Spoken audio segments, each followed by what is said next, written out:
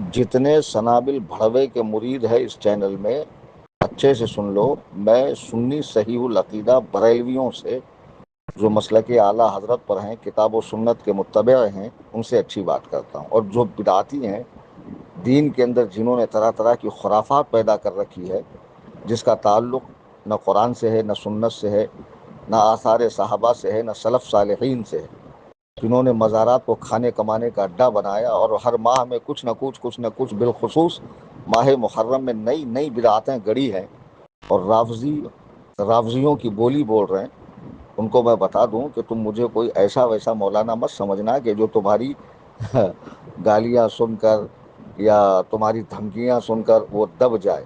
जैसी ज़बान तुम बोलोगे भड़वों, वैसी ज़बान मैं भी बोलूँगा।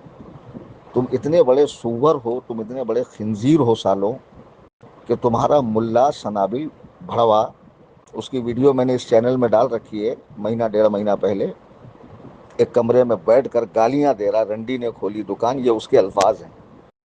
अब जो यही ज़बान समझता हो, जिसने हुजूर मुहद्दिस कबीर को घोसी का हिजड़ा कहा हो, सरकार ताजुश शरिया को माज अल्लाह सुम्मा माज अल्लाह मरकर मिट्टी में मिल गया कहा हो, तो जो अल्लाह वालों की बारगाह में इस तरह की जसारत करे, उन भड़वों से मैं ऐसी ही ज़ुबान बोलता हूँ।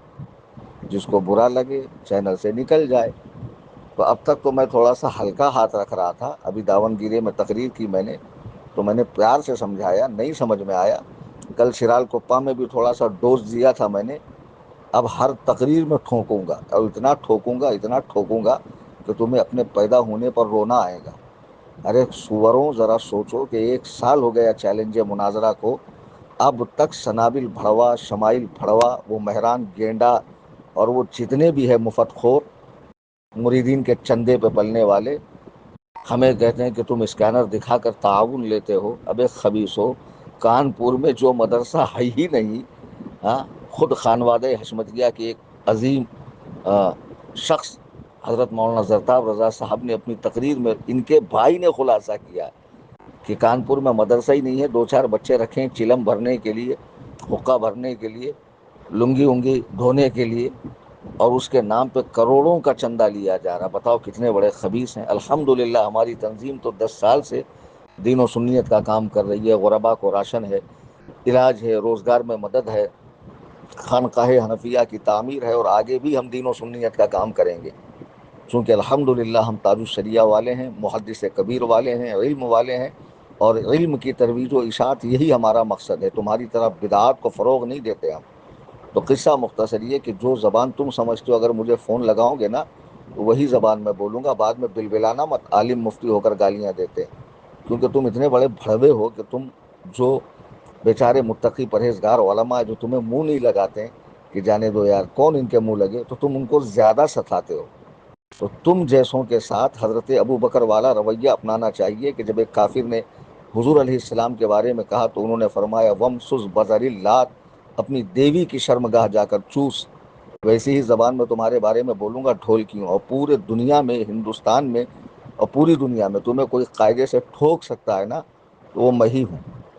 1 साल हो गया चैलेंज मुनाजरा को, ये कुत्ते बिल से निकल कर नहीं आए, बीच में कुछ चूज़े आए और वो चूज़े भी गायब हो गए।